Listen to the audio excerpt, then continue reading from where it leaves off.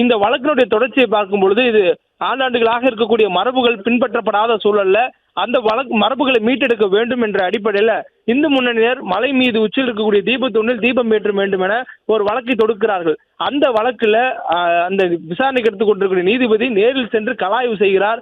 அந்த ஆய்வின் அடிப்படையில் தீபம் ஏற்றுவதற்கு உத்தரவு பிறப்பிக்கப்படும் என்று அவருடைய உத்தரவுகளை தெரிவிக்கிறார்.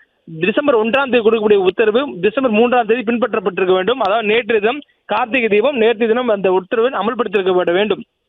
ஆனால் திருப்பரங்குன்றம் மலையை பொறுத்தவரையிலும் முருகனுடைய அறுபடை வீடுகளில் ஒன்றாக இருந்தாலும் அந்த மலையிலேயே ஒரு இடத்தில் சிக்கந்தர் தர்கா என்று இஸ்லாமியர்களுடைய வழிபாட்டு தலமும் இருக்கிறது.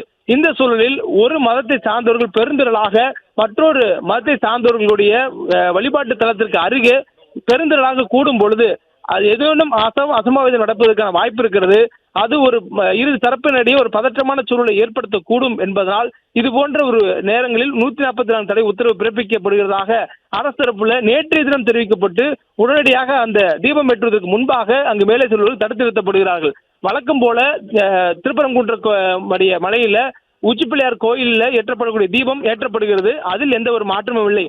ஆனால் அதை தாண்டி தீபத்தூணில் தீபம் ஏற்றப்பட வேண்டும் என்ற தனி நீதிபதி உத்தரவு மட்டுமே அமல்படுத்த முடியாமல் செல்கிறது. இதனை குறிப்பிட்டு நீதிமன்றத்தினுடைய உத்தரவு அமல்படுத்தப்படவில்லை, நீதிமன்றத்தினுடைய உத்தரவை செயல்படுத்துவதற்கு காவல்துறையினர் தடையாக இருந்தார்கள் என்று நீதிபதி முன்பாக அந்த வழக்கினுடைய மனுதாரர் மீண்டும் ஒரு மனு தாக்கல் செய்கிறார். அதில் அவர் நீதிமன்றத்துடைய அவமதிப்பு வழக்காக தாக்கல் செய்கிறார். இந்த வழக்கு உடனடியாக விசாரணைக்கு எடுத்துக் கொள்ளப்படுகிறது. அதுவும் இன்று மதியம் 1 மணி அளவில் இந்த வழக்கு விசாரணைக்கு எடுத்துக் கொள்ளப்படும் என்று சொல்லப்படக்கூடிய நிலையில உடனடியாக இந்த வழக்கினுடைய மேல்முறையீட்டுக்காக தமிழ்நாடு அரசு 2 நீதிபதிகள் அமர்வில் முறையிடுகிறார்கள். உடனடியாக 2 நீதிபதி அமர்வும் இன்று காலையில் அந்த வழக்கை விசாரித்து மதியத்திற்குள்ளாக அதற்கான உத்தரவை கொடுத்து தமிழ்நாடு அரசு தாக்கல் செய்திருந்த மனுவை தள்ளுபடியும் செய்து விடுகிறார்கள். உடனடியாக 4 மணிக்கு பிறகாக மீண்டும் அந்த அவதூறு வழக்கு விசாரணைக்கு எடுத்துக் கொள்ளப்படுகிறது. அவ்வாறு எடுத்துக் கொள்ளப்பட்ட வழக்கில் தான் நீதிபதி, மதுரை மாநகர காவல் ஆணையர், மதுரையினுடைய மாவட்ட ஆட்சியர், மதுரை காவல் ஆணையர் மற்றும் திருப்பரங்குன்ற கோயிலுடைய செயல் அலுவலர் ஆகியோர் ஆஜராக வேண்டும் என்று ஒரு உத்தரவை பிறப்பித்திருந்தார்கள். அதுவும் காணொலி வாயிலாக. நீதிமன்றத்தினுடைய மதிப்பும் மாண்பும் அரசு அதிகாரிகளுக்கு தெரிந்திக்க வேண்டும்.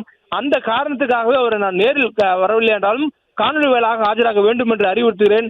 அதன் அடிப்படையில் அவர்கள் ஆஜராக வேண்டும் என்று கடுமையான ஒரு உத்தரவை அவர் கொடுத்திருந்தார். அதுவும் குறிப்பாக இந்த உத்தரவை அவர்கள் பின்பற்ற தவறினால், நீதிமன்றத்தினுடைய உத்தரவை பின்பற்ற தவறினால் தான் நீதிமன்ற அவமதிப்பு வழக்கு நடக்கிறது. அந்த வழக்கிலும் ஆஜராக அவர்கள் தவறினால் கடுமையான நடவடிக்கை எடுக்கப்படும் என்றும் அவர்கள் தெரிவித்திருக்கிறார்கள். தொடர்ந்து இந்த வழக்கு தற்போது விசாரணைக்கு வந்திருக்கக்கூடிய சூழலில் 5:30 மணிக்கு இவர்கள் காணொலி வாயிலாக ஆஜராயிருக்க வேண்டும் என்று தனி நீதிபதி உத்தரவு பிறப்பித்திருக்கிறார். இதுவரை 5:30 மணி வரையிலும் அந்த வழக்கு அடுத்த கட்ட நகர்வின்றி காத்திருக்கப்பட்டிருக்கிறது. 5:30 மணிக்கு ஒருவேளை இவர்கள் ஆஜராக தவறினால் நீதிபதி கடுமையான உத்தரவை பிறப்பிப்பேன் என்று எச்சரித்திருக்கக்கூடிய சூழலில் என்ன வகையான எச்சரிக்கை அவர் பிறப்பிப்பார் என்பதை பொறுத்திருந்து பார்க்க வேண்டியதாக இருக்கிறது. அதே நேரத்தில் அவர்கள் ஆஜராகும் பட்சத்தில் நீதிபதி என்ன சொல்வார் என்பதை கேட்பதற்கும் ஒரு பொறுத்திருக்கு பார்க்க வேண்டியதாக இருக்கிறது. ஏனெனில் நீதிபதி இவர்கள் ஆஜராக சொல்லும் பொழுதே சற்று வார்த்தைகள் பயன்படுத்தியது அந்த கவனிக்கத்தக்க வேண்டியது. குறிப்பாக நேற்று அவர் கோவிலுடைய செயல் அலுவலரை உடனடியாக காலையில் ஆஜராக வேண்டும் சொன்ன பொழுது அவர் இதுக்கு முன்பாக குறிப்பிட்டது சற்று கொஞ்சம் உணர்வுபூர்வமாக நடந்திருக்கலாம் என்று தெரிவித்திருந்தார். அதாவது கோவிலுடைய அரசு வழக்கறிஞர் நேற்று கொஞ்சம் உணர்வுபூர்வமாக நடந்திருக்கலாம் என்றெல்லாம் தெரிவித்திருந்தார். அந்த அளவுக்கு பேசக்கூடிய சூழல்ல அரசு தரப்பு வழக்கறிஞரும் அவர் பேசக்கூடியது சற்று நகையுடன் பேசி தன்னுடைய வாதங்களை முன்வைத்ததாக சொல்லப்படுகிறது. இந்த சூழல் நீதிபதியும் புன்முறுடன் அதை ஏற்றுக்கொண்டு அவரும் வழக்கை விசாரித்து வந்த நிலையில தான் இது போன்ற ஒரு உத்தரவை கொடுத்திருக்கிறார். இந்த நிலையில இருவரும் அனைத்து தரப்புகளுடைய வாதங்களையும் கேட்பதற்காக நீதிபதி அவர்களை காணொலி வாயிலாக ஆஜராக தெரிவித்திருக்கிறார். என்ன நடந்தது, ஏன் நீதிமன்றத்துடைய உத்தரவை செயல்படுத்துவதில் இந்த தாமதம் ஏற்பட்டிருக்கிறது, அதை அமல்படுத்த முடியாமல் போனதுக்கான காரணம் என்ன, 144 தடை உத்தரவு போட வேண்டிய அவசியம் என்ன, நீதிபதியுடைய உத்தரவின் அடிப்படையில் சிஐஎஸ்எஃப் உடைய படை வீரர்களுடன் திருப்பரங்குன்றம் மலைக்கு சென்றவர்கள் தடுத்து நிறுத்தப்பட்டதுடைய நோக்கம் என்ன உள்ளிட்டவைகள் எல்லாம் தெரிந்து கொள்ள வேண்டும் என்றால் அரசு இயந்திரத்தில் மாவட்ட பொறுப்பினுடைய உயர் பொறுப்பில் இருக்கக்கூடிய மாவட்ட ஆட்சியர், காவல் கண்காணிப்பு காவல் ஆணையாளர், அதே போன்று அந்த கோவிலினுடைய செயல் அலுவலர் இவர்களுடைய தரப்பினுடைய வாதங்கள், அவருடைய தரப்புடைய கருத்தை தெரிந்து கொள்ள வேண்டியது மிக முக்கியம் என்பதனால் இன்றைய தினமே நீதிபதி அவர்களை காணொலி வாயிலாகவே ஆஜராக தெரிவித்திருக்கிறார். இதிலிருந்து புரிந்து கொள்ள முடியும் என்றால் இன்றைய தினமே அவர் இந்த வழக்கில் உத்தரவு பிறப்பிப்பதற்கான வாய்ப்பு இருக்கிறது என்பதை பார்க்க முடிகிறது. சட்டத்தின்படி விசாரணைகள் முறியப்பட்ட பிறகு ஒரு வழக்கில் தீர்ப்பு என்பது வழங்கப்படும். இந்த சூழலில் நீதிமன்ற அவமதிப்பு வழக்கு என்ற அடிப்படையில் இன்றைய தினமே இந்த வழக்குல தீர்ப்பு வழங்கப்படுமா என்ற ஒரு எதிர்நோக்கலும் தற்போது இந்த வழக்குல எழுந்திருக்கிறது. குறிப்பாக இந்த வழக்கு நேற்றைய தினம் நடைபெற்ற அந்த சம்பவத்துக்கு பிறகாக தமிழ்நாடு முழுவதும் பெரிய கவனத்தை ஈர்த்திருக்கிறது. ஏனெனில் நேற்றைய தினம் கார்த்திகை தீப நாளில் தமிழ்நாடு முழுவதுமே கோலாகலமாக தீப தினம் கொண்டாடப்பட்டிருந்தது. தமிழ்நாடு முழுவதும் மாலை நேரத்தில் ஆங்காங்கே இருக்கக்கூடிய பிரபலமான கோயில்களில் தீபம் ஏற்றப்பட்டது. அதே போன்று தமிழ்நாடு முழுவதும் இருக்கக்கூடிய சமய நம்பிக்கை இருக்கக்கூடிய வீடுகள் எல்லாம் தீபங்கள் ஏற்றப்பட்டிருந்தது. இந்த சூழல்ல நேற்றைய தினம் இது போன்ற ஒரு சம்பவம், அதாவது மத்திய பாதுகாப்பு படையினருடன் திருப்பரங்குன்றம் கோயிலின் உச்சியில் இருக்கக்கூடிய தீபத்தூணில் தீபம் ஏற்றுவதற்காக சென்றவர்கள் தடுத்து நிறுத்தப்பட்டதும், மதுரையில் 144 உத்தரவு போட்டு அந்த உத்தரவை மீறி அந்த பெருந்திரள் கூட்டம் உள்ளே செல்ல முயற்சித்ததும், அதனால் ஏற்பட்ட அந்த பதற்றமான சூழலையும் நேற்று தினம் பார்த்ததுக்கு பிறகாக திருப்பரங்குன்றம் அந்த சம்பவம் தமிழ்நாட்டினுடைய ஒட்டுமொத்த கவனத்தையும் ஈர்த்திருக்கிறது. இது போன்ற ஒரு சூழலில் தமிழ்நாடு அரசுக்கு எதிராக நீதிமன்ற அவமதிப்பு வழக்கும் தொடங்கப்பட்டு அந்த வழக்கும் தற்பொழுது விசாரணைக்கு உட்படுத்த வருகிறது.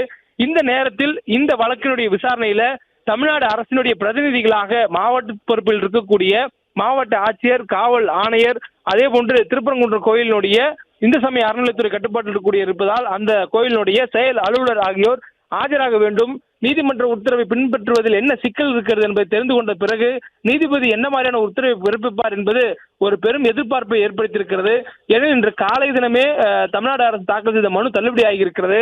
இந்த சூழலில் தமிழ்நாடு அரசு எடுத்திருக்கக்கூடிய அடுத்த கட்ட நடவடிக்கையாக அவர்கள் மேல்முறையீடு செய்வதற்குள்ளாக இன்றைய தினமே நீதிமன்ற அவமதிப்பு வழக்கு வந்திருக்கிறது. இந்த வழக்கில் ஒருவேளை மீண்டும் ஒரு பின்னடைவு ஏற்பட்டால் தமிழ்நாடு அரசு நிச்சயமாக மேல்முறையீடு செய்வார்கள் என்று எதிர்பார்க்கப்படுகிறது. ஏனெனில் தமிழ்நாடு அரசு முன்வைக்கக்கூடிய அந்த வாதங்கள், கருத்துக்கள் எல்லாம் போதுமான கால அவகாசம் இல்லை என்பதுதான்.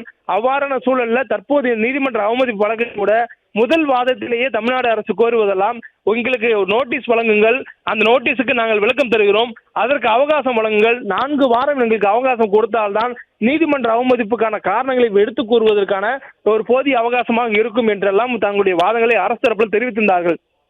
இந்த சூழல்ல அத்தனை காலங்கள் கொடுப்பது ஏதுவாக இருக்குமா என்பதெல்லாம் கருத்து தெரிவிக்காத நீதிபதி அரசு அதிகாரிகள் ஆஜராகுவதற்கு உத்தரவு பிறப்பித்திருக்கிறார். அதுவும் அவர் கொடுத்திருக்கக்கூடிய உத்தரவு நேற்றைய தினம் அந்த தீபத்தூணில் தீபம் ஏற்றிருப்பதற்கான உத்தரவு. ஆனால் அது செயல்படுத்தப்படாமல் இருக்கக்கூடிய சூழலில் அதற்கான காரணங்களை அறிந்து கொள்ள வேண்டும் என்பதற்காக ஆஜராவதற்கு அறிவுறுத்துவதாக தெரிவித்திருந்தார்.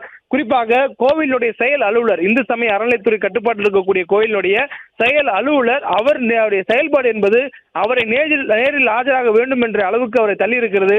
அவரை காணொலி வாயிலாக ஆஜராக சொல்வதற்கு அதுதான் காரணமாக அமைந்திருக்கிறது என்று தெரிவிக்கிறார். மேலும் தற்பொழுது காவல் ஆணையர் காணொலி வாயிலாக ஆஜராகி இருக்கிறார். 5:30 மணிக்குள்ளாக ஆஜராக வேண்டும் என்று தெரிவித்திருந்த சூழலில் தற்பொழுது காவல் ஆணையர் ஆஜராகி இருப்பதாக சொல்லப்பட்டிருக்கிறது. தொடர்ந்து மாவட்ட ஆட்சியரும் ஆஜராவார் என்று எதிர்பார்க்கப்படுகிறது. அதே போன்று செயல் அலுவலரும் காணொலி வாயிலாக ஆஜராவார் என்று எதிர்பார்க்கப்படுகிறது. காவல் ஆணையர் காணொலி வாயிலாக ஆஜராக இருக்கக்கூடிய சூழலில் தற்பொழுது நீதிமன்ற உத்தரவை நடைமுறைப்படுத்த நடவடிக்கை எடுத்தீர்களா என்று நீதிபதி கேள்வியில் எழுப்பியிருக்கிறார். பிளே ஸ்டோர் மற்றும் ஆப் ஸ்டோரில் இருந்து பாலிமர் செயலியை QR கோடு மூலம் பதிவிறக்கம் செய்யுங்கள். செய்திகளை உடனுக்குடன் பெறுங்கள்.